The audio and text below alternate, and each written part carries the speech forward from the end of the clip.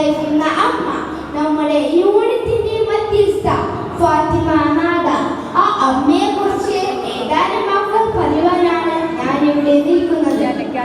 1917 പോർച്ചുഗലിലെ ഫാത്തിമയിൽ 3 കുട്ടികളായ Jacinda, Lucia, Francisco എന്നിവർക്കുണ്ടായ മാതാവിന്റെ പ്രത്യക്ഷപ്പെടൽ അടിസ്ഥാനമാക്കി കത്തോലിക്ക സഭ നൽകിയ നാമനിർദ്ദേശമാണ് ഫാത്തിമ മാതാവ്. 1917 മെയ് 13-നും ഒക്ടോബർ 13-നും ഇടയ്ക്ക് 6 തവണ 3 കുട്ടികൾക്ക് മുന്നിൽ പ്രത്യക്ഷപ്പെട്ടു. 13 എന്നത് ഒരു അശുഭ സംഖ്യയായും അനർത്ഥം കൊണ്ടുവരുന്നതായും ആളുകൾ വിശ്വസിച്ചിരുന്നു.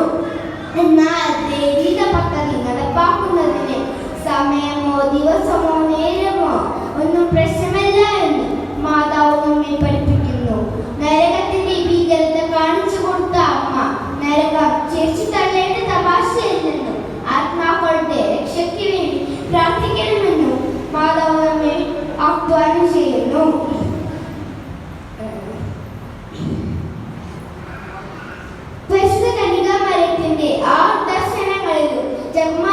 പ്രാർത്ഥിക്കുവാൻ കുട്ടികളോടും അതുവഴി ലോകം മുഴുവനോടും ആഹ്വാനം ചെയ്യുന്നു. അനുദിന ജപമാല നമ്മുടെ ആത്മീയ പതിവാകട്ടെ.